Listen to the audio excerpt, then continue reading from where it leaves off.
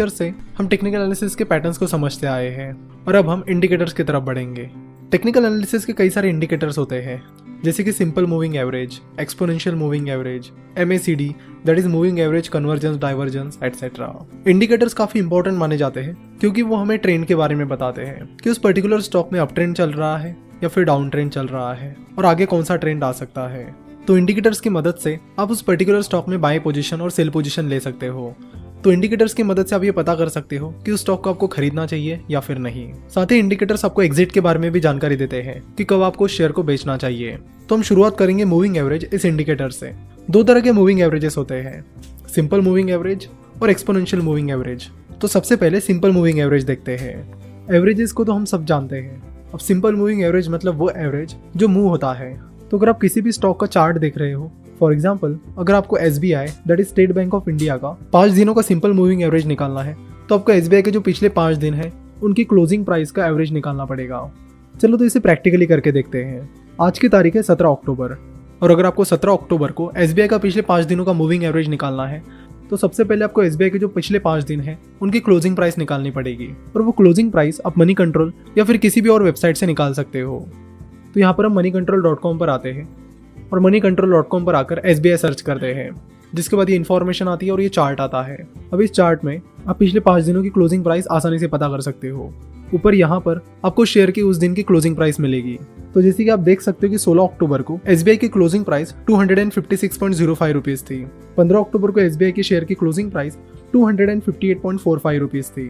फिर 14 अक्टूबर को SBI की क्लोजिंग प्राइस 255.45 रुपीज थी। उसके बाद 13 तारीख संडे थी और 12 तारीख सैटरडे थी, इसलिए स्टॉक मार्केट उन दोनों दिनों के लिए क्लोज था। फिर हम आते हैं 11 अक्टूबर की तरफ।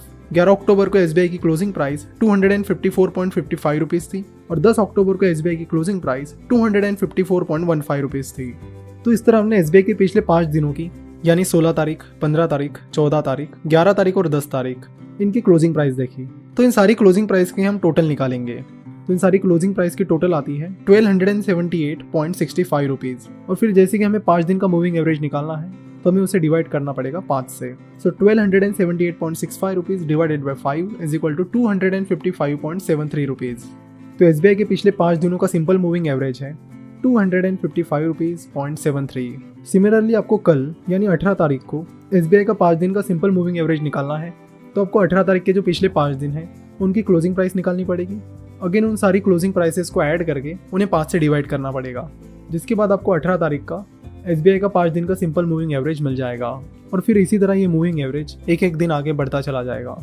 वैसे आपको बता दूं कि वो चाहे सिंपल मूविंग एवरेज हो, एक्सपोनेंशियल मूविंग एवरेज हो या फिर MACD हो, ये सारे इंडिकेटर्स आपको आजकल रेडीमेड मिलते हैं। आपको कैलकुलेट करने की जरूरत नहीं होती है। तो आपको उनका कैलकुलेशन नहीं बल्कि उन्हें एनालाइज करना आना चाहिए। तो आप moneycontrol.com पर या फिर जिस किसी ब्रोकरेज फर्म के पास आपका डीमैट अकाउंट है, उनके ट्रेडिंग सॉफ्टवेयर या मोबाइल ऐप से इन सारे इंडिकेटर्स को चेक कर सकते हो। मूविंग एवरेज कितने भी दिनों का हो सकता है, जैसे कि 5 दिन, 10 दिन, 12 दिन, 50 दिन, 100 दिन, 200 दिन एटसेट्रा। सो जो सबसे पॉपुलर मूविंग एवरेजेस है वो है 50 days moving average, 100 days moving average और 200 डेज मूविंग एवरेज। तो जैसे कि हमने देखा कि SBI का जो 5 दिन का मूविंग एवरेज था वो था 255.73 रुपीज। तो ये मूविंग एवरेज हमें क्या बताता है? मूविंग एवरेज बताता है कि पिछले 5 दिनों में SBI का शेयर किस एवरेज प्राइस पर ट्रेड हो रहा था, जिससे आपको एवरेज प्राइस पता करने में मदद होती है।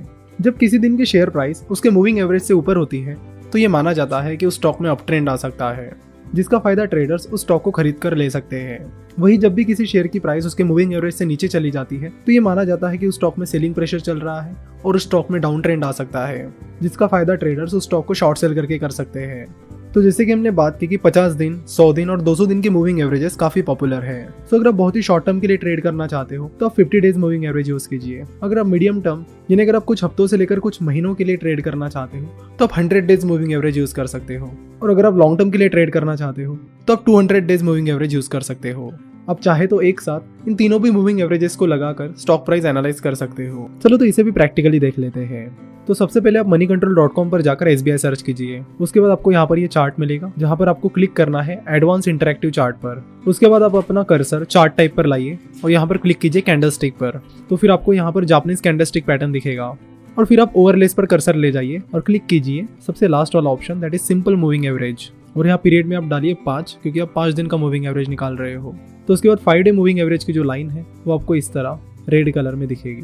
सो अगर आपको 50 डे मूविंग एवरेज चेक करना है तो आप फिर से सिंपल मूविंग एवरेज पर जाइए एंड वहाँ पे डालिए 50 डे मूविंग एवरेज और ड्रॉ पर क्लिक कीजिए। तो यह है SBI का 50 दिन का सिंपल मूविंग एवरेज। सो जैसे कि पहले हमने देखा कि किसी शेयर की प्राइस किसी दिन उसके मूविंग एवरेज से ज़्यादा है तो वहाँ पर बाइंग अपॉर्चुनिटीज निकल कर आती है। वो चीज़ बताती है कि उस स्टॉक पर ट्रेडर बुलिश है और उस स्टॉक में अप ट्रेंड आ सकता है। तो यहाँ पर इस 50 डे मूविंग एवरेज को देखकर आप पता कर सकते हो। यहाँ 15 मई को share price 50 day moving average से ऊपर है। उसके बाद यहाँ पर थोड़ा सा अप ट्रेंड आ गया।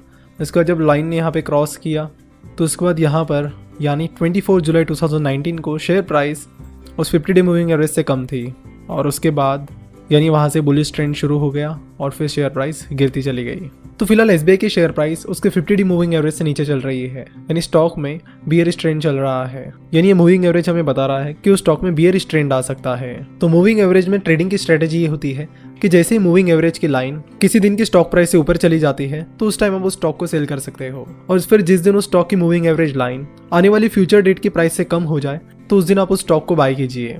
तो इस तरह आप मूविंग एवरेजेस की मदद से किसी स्टॉक में बाय और सेल डिसीजन ले सकते हो। तो ये था सिंपल मूविंग एवरेज, जिसमें हम जितने भी दिन का मूविंग एवरेज है उतने दिन की क्लोजिंग प्राइस लेकर उनको ऐड करके जितने दिन का वो मूविंग एवरेज है उतने दिन से उस टोटल को डिवाइड करते थे। लेकिन एक्सपोनेंशियल मूविंग एवरेजेस में ऐसा नहीं होता है। एक्सपोनेंशियल मूविंग एवरेजेस में जो रिसेंट डेट्स हैं उन्हें ज़्यादा इंपॉर्टेंस दिया जाता है, जबकि जो पुरानी डेट्स हैं उन्हें कम इंपॉर्टेंस दिया जाता है। जैसे अगर हमारा पुराना एग्जांपल लिया जाए तो एक्सपोनेंशियल मूविंग एवरेज में 16 अक्टूबर की क्लोजिंग प्राइस को सबसे ज़्यादा इंपॉर्टेंस दिया जाएगा। उसके बाद 15 अक्टूबर की शेयर प्राइस को इंपॉर्टेंस दिया जाएगा। उसके बाद 14 तारीख को ज़्यादा इंपॉर्टेंस दिया जाएगा। उसके बाद 11 और लास्ट में 10 तारीख को, यानी 10 तारीख को सबसे कम इंपॉर्टेंस मिलेगा, वही 16 तारीख को सबसे ज़्यादा इंपॉर्टेंस मिलेगा। तो सिंपल भाषा में बात की जाए तो एक्सपोनेंशियल मूविंग एवरेजेस में जो रिसेंट डेट्स होती है उनको ज़्यादा इंपॉर्टेंस दिया जाता है। एक्सपोनेंशियल मूविंग एवरेजेस में ये माना जाता है कि जो रिसेंट ट्रेंड है और जो रिसेंट प्राइसेस है वो ज़्यादा इंपॉर्टेंट है। तो एक्सपोनेंशियल मूविंग एवरेजेस को आपको निकालने की जरूरत नहीं होती। एक्सपोनेंशियल मूविंग एवरेज आपको रेडीमेड यहाँ पे मिल जाता है। यहाँ पर ओवरलेस पर क्लिक करने पर आपको सेकंड ऑप्शन मिल जाएगा एक्सपोनेंशियल मूविंग एवरेज। फिर जितने भी दिन का मूविंग एवरेज आपको निकालना है, लेट से 12 दिन का मूविंग एवरेज आपको निकालना है, तो आप यहाँ पर पीरियड 1 में 12 डाल दीजिए और यहाँ ड्रॉ पर क्लिक कर दीजिए। उसके बाद ये जो ग्रीन कलर की लाइन है ये आपको 12 दिन का एक्सपोनेंशियल मूविंग एवरेज बताएगी। अगर आपको 50 दिन का ही एक्सपोनेंशियल मूविंग एवरेज निकालना है तो आप 50 दिन का निकाल सकते हो, जिसके बाद आपको ये लाइन कुछ इस तरह दिखेगी। एक्सपोनेंशियल मूविंग एवरेजेस को भी आप सिंपल मूविंग एवरेज की तरह ही यूज कर सकते हो और उसी तरह अपनी बाइंग और सेलिंग पोजीशन ले सकते हो। वैसे ज़्यादातर ट्रेडर सिंपल मूविंग एवरेजेस की बजाय एक्सपोनेंशियल मूविंग एवरेज देखना पसंद करते हैं, क्योंकि वो भी मानते हैं कि जो रिसेंट प्राइस ट्रेंड है वो पुराने प्राइस ट्रेंड से ज़्यादा इंपॉर्टेंट है। आशा करता हूँ कि आज के इस एपिसोड में आपको मूविंग एवरेज अच्छे से समझ में आया होगा। मूविंग एवरेज एक बहुत ही सिंपल इंडिकेटर है जो हमें क्लियर कट बता देता है कि कहाँ पर आपको बाइंग पोजीशन लेनी चाहिए, कहाँ पर सेलिंग पोजीशन लेनी चाहिए और आगे उस शेयर का ट्रेंड क्या हो सकता है। तो मूविंग एवरेज बहुत ही सिंपल और अच्छा इंडिकेटर है। उसके बाद जो इंडिकेटर आता है वो आता है MACD, that is moving average convergence divergence, जिसके बारे में हम अगले एपिसोड में बात करेंगे।